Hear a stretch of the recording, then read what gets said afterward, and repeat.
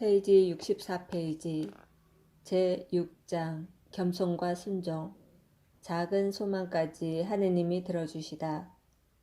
1. 프란치스코는 겸손함이 지극하였으며 모든 덕의 수호자요 덕에 더없는 영광을 지닌 자였다. 그는 하나의 거울이었으며 크리스찬 완덕에 빛나는 모범이었다. 그러나 그 자신의 눈에는 자신이 단지 죄인에 불과하였으며 이러한 생각을 자신의 정신적 성장의 발판으로 삼아 능숙한 건축가가 그런 것처럼 그리스도로부터 배웠던 기초를 놓았다. 그는 자주 말하길 하느님의 성자는 우리에게 말과 모범으로 겸손을 가르치기 위해 성부의 영광 지극한 품을 떠나 우리의 비참함을 함께 나누고 우리의 주님이시오 스승이 되셨다고 했다. 그러므로 그리스도의 참된 제자로서 그는 사람들에게 떠받들리는 것이 하느님께는 가증스럽게 보이는 것이다.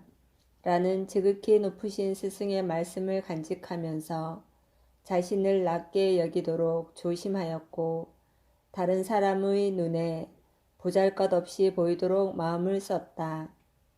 또한 그는 하느님 앞에 인간은 아무것도 아니다 라고 자주 말하곤 했다. 결과적으로 그는 사람들이 자기에게 존경의 표시를 보일 때 우쭐거리는 것은 어리석은 것이라는 것을 확신했다. 그는 칭찬에는 당황했으나 모욕을 당할 때는 매우 기뻐하였다. 그는 사람들이 자신을 경멸하게 만드는 것, 이는 그로 하여금 더 나은 생활로 박차를 가하게 했다. 그것을 좋아했으며 타락으로 이끌 수 있는 칭찬을 듣는 것은 싫어했다. 사람들이 자기의 높은 성스러움을 칭찬할 때 그는 수사들 중 한 사람에게 그 반대되는 것, 즉 자기에게 모욕을 덮어씌우라고 명령하곤 하였다. 그럴 때 그 수사가 마지못해 순종해서 그를 촌뜨기요 기회주의자요 무가치하고 아무 것에도 쓸모없는 자라고 부르면 그는 이를 즐겁게 듣고 입가에 미소를 띠며 말했다. 하느님께서 나의 형제인 당신을 축복하시길. 당신이 말하는 것은 사실이요. 이는 바로 베드로 디 베르나르도의 아들이 들어 마땅한 얘기요. 2.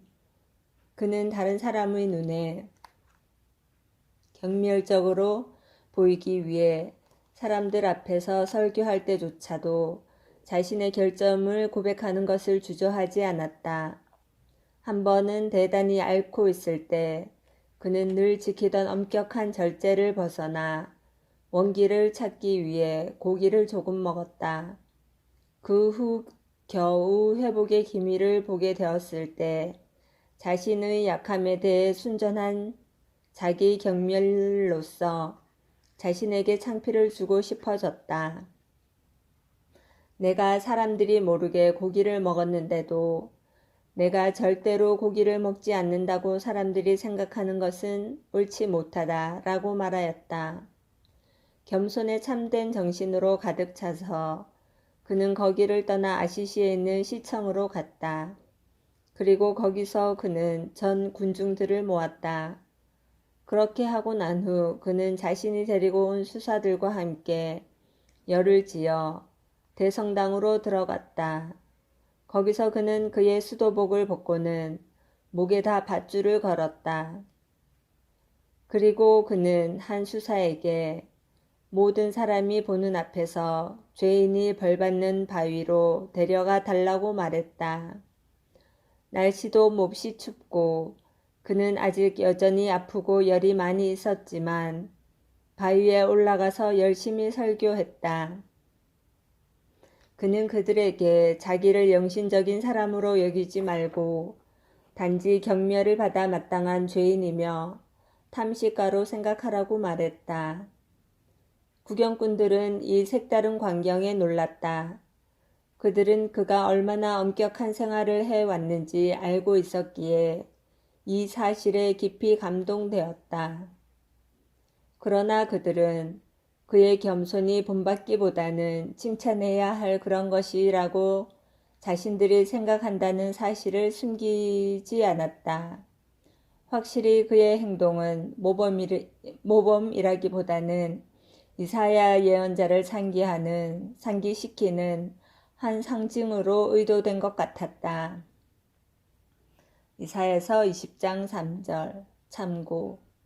그러나 이것은 진실한 겸손의 교훈이며 모든 기만적인 가식을 버리는 한편 모든 세속적인 칭찬을 무시하고 오만한 자존심을 내보이는 것을 억제해야 하는 그리스도의 진실한 제자를 보여주는 것이다. 3. 프란치스코는 다른 사람들이 그를 단지 쫓아버리기에 알맞는 쓰레기처럼 여기도록 또한 자신으로서는 마음의 참된 신성함을 간직하고자 자주 이와 같이 행동했다. 그는 하느님이 자기에게 보여주신 재능을 잘 감추어둔 비밀처럼 늘 조심스럽게 감추었으며 타락으로 이끄는 다른 이의 칭찬을 받으려고 이 재능을 밖으로 나타내 보이지 않았다. 군중이 그를 성자라고 칭찬하면 그는 나는 아직 아들, 딸을 가질 수도 있소. 내가 마치 안전한 것처럼 칭찬하지 마시오. 여러분들은 그 어떤 사람도 그가 끝에 가서 어떻게 되는가를 보기 전에는 아무도 칭찬해서는 안 돼요. 했지만 다른 사람들에게와는 달리 자신에게는 만일 전능하신 하느님께서 나에게 해주신 그만큼 죄인을 위해 해주셨다면 그 죄인은 너 프란체스코보다 더 많이 하느님께 감사할 것을 하고 말했다. 또 자주 수사들에게 말했다. 죄인도 할 수 있는 일을 해놓고 자랑해서는 안 돼요. 죄인도 단식, 기도, 통곡, 그리고 육체적 고행을 할 수 있어. 죄인이 할 수 없는 한 가지 일은 하느님을 충실하게 섬기는 일이요. 누구라도 하느님께 속해 있는 찬미를 그분께 되돌려 드리고 충실히 하느님을 섬기고 자신의 재능을 그분께 돌린다면 그는 진실로 자랑할 거리가 있는 것이요. 4. 복음에 나오는 지혜로운 장사꾼같이 프란치스코는 모든 가능한 경우에서 유익함을 얻고자 또한 그의 모든 시간을 공로를 쌓는 데 보내고자 애썼다. 마찬가지로 그는 장상이 되는 것보다 차라리 다른 이들에게 순종하면서 살고자 했으며 명령하기보다는 순종하길 바랐다. 그는 수도의 총장 지위를 버리고 그가 항상 순종할 수 있는 원장을 모시길 원했다.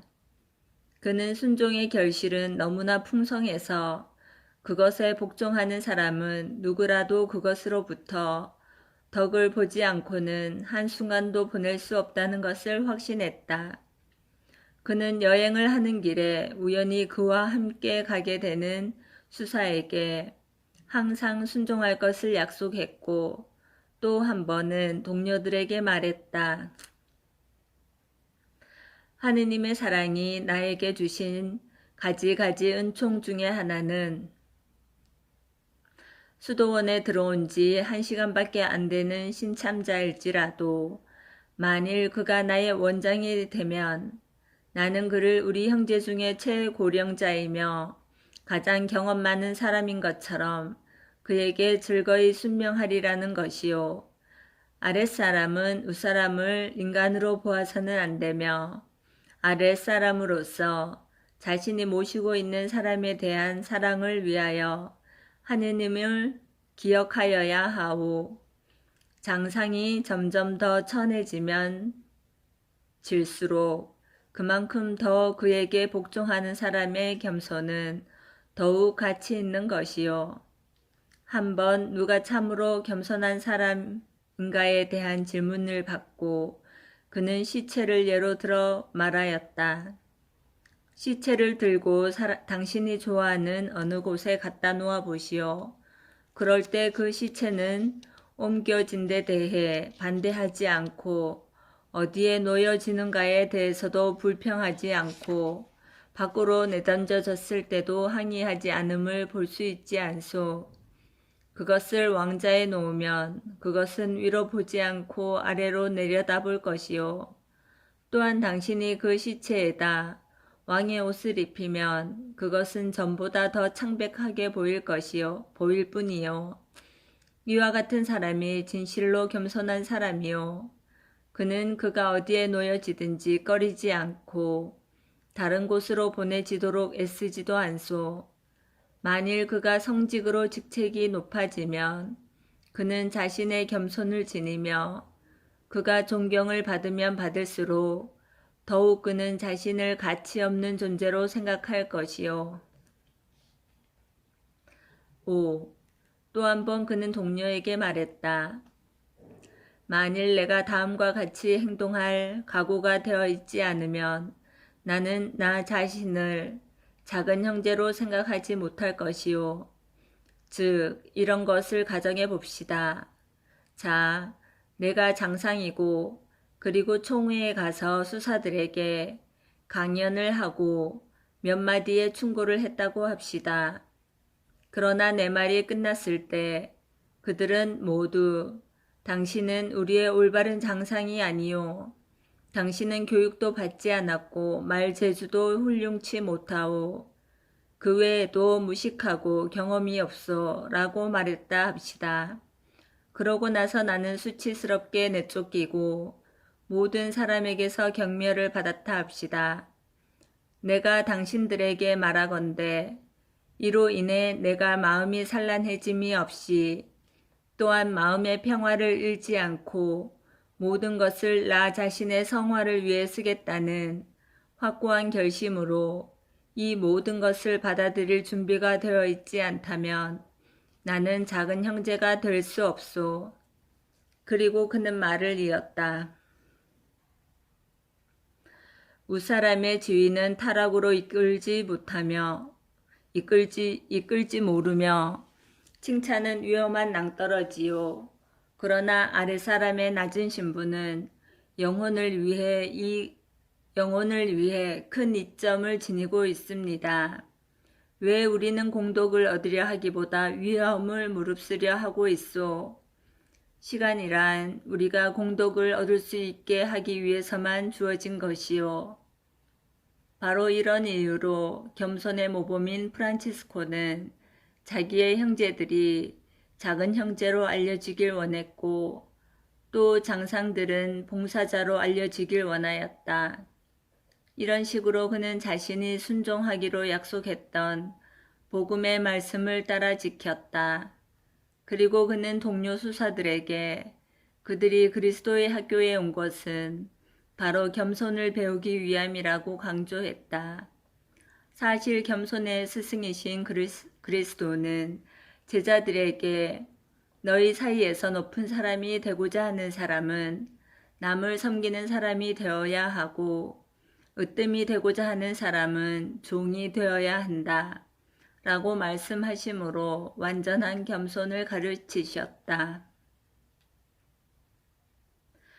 프란치스코가 예언했듯이 후에 그레고리오 9세라는 이름으로 교황이 되었고 수도회의 첫 보호자이며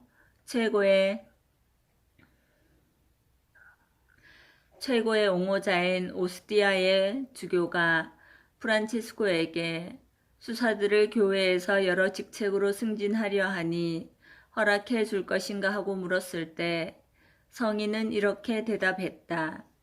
주교님, 나의 수사들은 웃사람이 될 생각은 절대로 않도록 작은이라고 불리고 있습니다.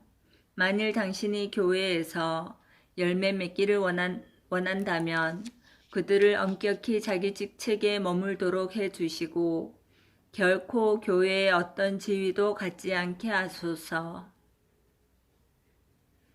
6. 프란치스코는 자신과 수사들에게서 세속적인 어떤 명예보다 겸손을 더 좋아했기 때문에 겸손한 사람을 사랑하시는 하느님은 그를 가장 높은 명예를 받을 만한 인간으로 판단하셨다. 이것은 유덕하고 거룩한 한 수사가 하늘로부터 받은 한 환시에서 드러났다. 프란치스코와 함께 수사는 여행 중 한 폐허가 된 성당에 들어가 거기서 그들은 열심히 기도했다. 거기서 이 수사는 탈원 중에 하늘에 많은 왕자가 있는 환시를 보았는데 그 중 하나는 영광 중에 빛났으며 귀한 보석으로 장식되고 다른 것보다 더 높은 지위에 있었다. 그는 그 광의에 놀랐으며 그 자리는 누구의 것이 될까 하고 의아해했다. 그때 그는 들려오는 소리를 들었다. 그 왕자는 타락한 한 천사의 것이었다. 지금은 그것을 겸손한 프란치스코를 위해 비워두고 있다. 그 수사가 다시 제정신으로 돌아왔을 때 그는 평상시와 같이 성인을 따라서 밖으로 나갔다. 그들이 하느님에 대해 이야기하며 계속 여행하고 있을 때 그 수사는 그의 환시의 장면을 기억하고 조심스럽게 성인에게 자신에 대해 어떻게 생각하는지를 물어보았다. 그리스도의 겸손한 종인 프란치스코는 말했다. 나는 모든 죄인들 중에 으뜸일 것이라고 보오. 그의 동료가 그에게 훌륭한 양심을 가지고서 그렇게 말할 수 없으며 정말 그것을 믿을 수도 없다고 말하며 성인을 나무라자 성인은 만약 그리스도께서 세상에서 가장 큰 죄인에게 이와 같은 자비를 베푸셨다면 그는 나보다 훨씬 더 많이 하느님께 감사할 것이라고 확신하오 라고 말했다. 이와 같이 뛰어난 겸손을 보고 그의 동료 수사는 자신이 보았던 환시가 사실임을 확신했다. 복음에서 증거하듯이 진실로 겸손한 자는 교만한 자가 내쫓긴 높은 영광으로 들어올린다는 것을 알았다. 7. 또 한 번은 프란체스코가 마사 트라바리아 지방에 있는 몬테카살레 근처에 있는 폐허화된 성당에서 기도하고 있을 때 거기에 신성한 유물들이 많이 남아있음이 그에게 계시되었다. 유물들이 받아 마땅한 존경을 그렇게 오랫동안 받지 못했음을 보고 그는 슬퍼하였다. 그는 수사들에게 그것들을 수도원으로 가져가자고 말했다. 그러나 그는 후에 즉시 떠나야 했고 그 수사들은 순명의 덕을 소홀히 하여 그가 그들에게 한 말을 잊어버렸다. 그러나 그 후 어느 날 그들이 미사 준비를 하면서 제대보를 벗겼을 때 그들은 거기에서 아름다운 향기를 내뿜고 있는 반짝반짝 빛나는 많은 뼈를 발견했다. 그들은 놀랐다. 왜냐하면 인간의 행위가 아닌 하느님의 힘에 의해 옮겨진 이 유물을 면전에서 보게 되었기 때문이다. 잠시 후 성 프란치스코는 그 유물에 대해 그가 그들에게 말한 대로 했는지 물어보았다. 수사들은 그의 명령을 순명으로 지키지 못하였음을 겸손히 고백했다. 프란치스코는 참여할 것을 명하고 그들을 용서했다. 그러고 나서 성인은 덧붙여 말했다. 주 하느님은 찬미 받으소서. 그분은 당신들이 해야 할 바를 스스로 하셨기 때문입니다. 우리는 하느님께서 당신 섭리하에 우리의 시체에 대해서까지 마음을 쓰신다는 것을 잊어서는 안 되며 또한 프란체스코의 비길 바 없는 거룩함에 대해서 하느님이 지니고 계신 배려를 잊어서도 안 된다. 인간이 당신의 명령을 수행하지 않을 때는 하느님 스스로 낮추셔서 당신의 원의를 행하신다. 8. 어느 날 프란치스코는 이몰라에 다다라 거기서 그는 주교에게 가서 사람들을 모아 그들에게 설교할 허락을 내려줄 것을 겸손히 청했다. 형제여, 내가 나의 신자들에게 설교하는 것만으로 넉넉하오 라고 주교는 무뚝뚝하게 답했다. 프란치스코는 진정한 겸손으로 절하고 떠났다. 그러나 1시간이 채 안 되어 그는 다시 돌아왔다. 주교는 성가셔져서 그에게 이번에는 무엇을 바라는가고 물었다. 그러자 프란치스코는 공손히 그리고 조금의 거만함도 없이 대답했다. 주교님, 아버지가 그의 아들을 한 문 밖으로 내던져도 그는 다른 문으로 되돌아와야 합니다. 주교는 그의 겸손에 무력하게 되어 미소를 짓고는 그에게 팔을 두르고 이렇게 말했다. 지금부터 당신과 당신의 수사들은 나의 교구에서 설교할 모든 권한을 가지고 있습니다. 거룩한 겸손은 이것을 받을 자격이 있습니다. 9.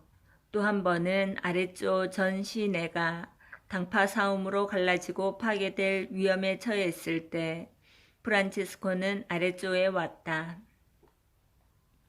거기서 그는 그 도시 가까이 있는 한 마을에서 환대를 받았으며 마귀가 이러한 상황에 기뻐하며 사람들을 선동하여 서로 살육하게 하는 것을 볼 수 있었다.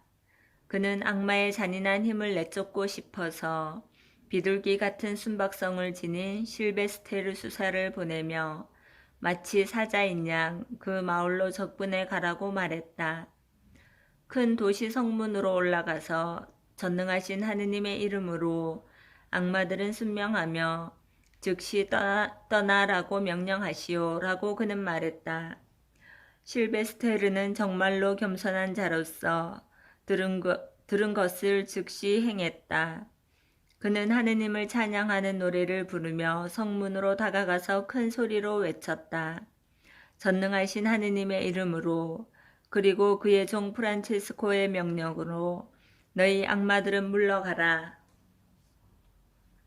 바로 그때 그 자리에서 그 도시는 평화를 되찾고 시민들은 평화스럽게 그들의 상호 권리를 다스릴 법을 다시 제정하는 일에 착수했다.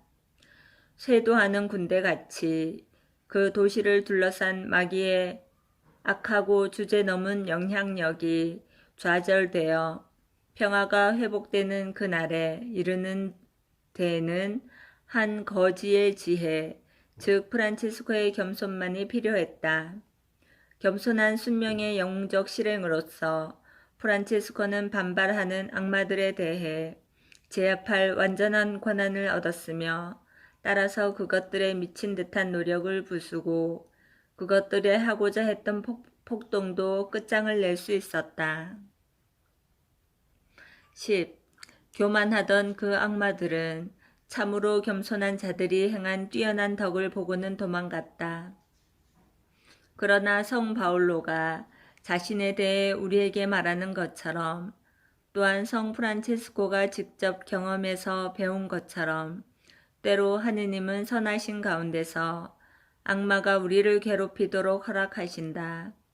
그는 산타크로체 성당에서 명의상으로 직책을 맡고 있는 레오 추기경으로부터 로마로 자기를 방문해 달라는 초대를 받았다.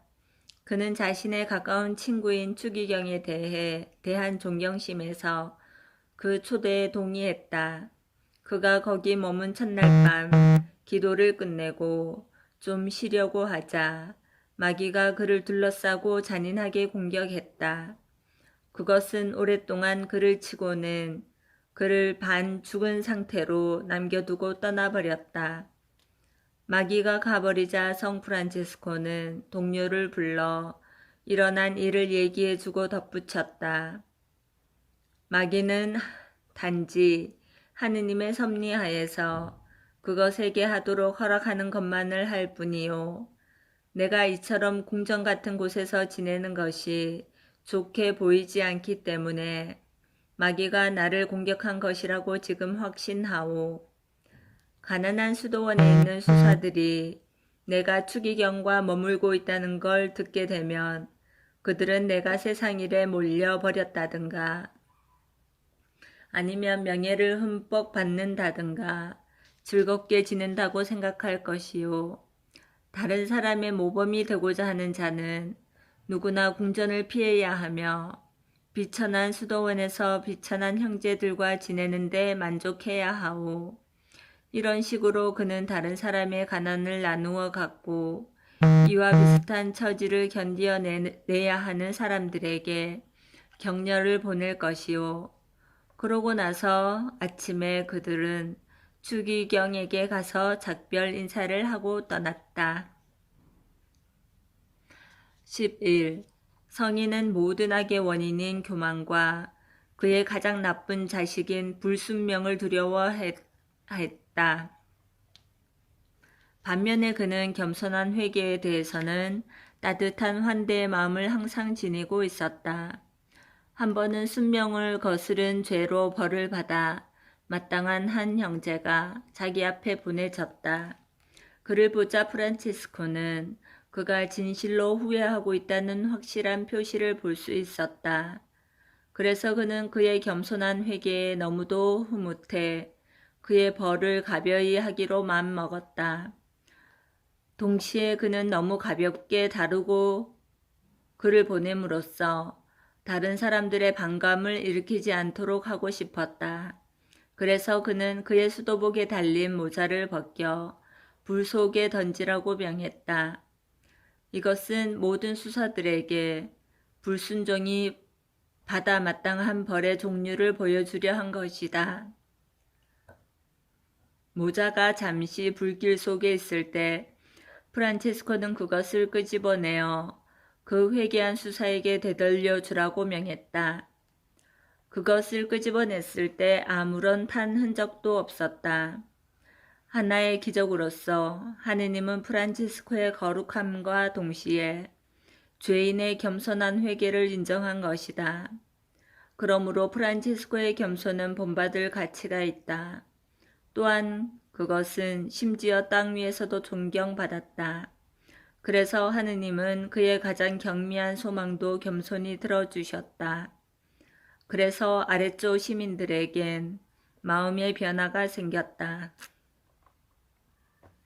그는 마귀가 염치 없이 대드는 것도 명령으로 물리쳤으며 불의 열기도 마음대로 길들였다. 따라서 겸손은 모든 사람에 의해 공경을 받아 마땅함이 드러났다.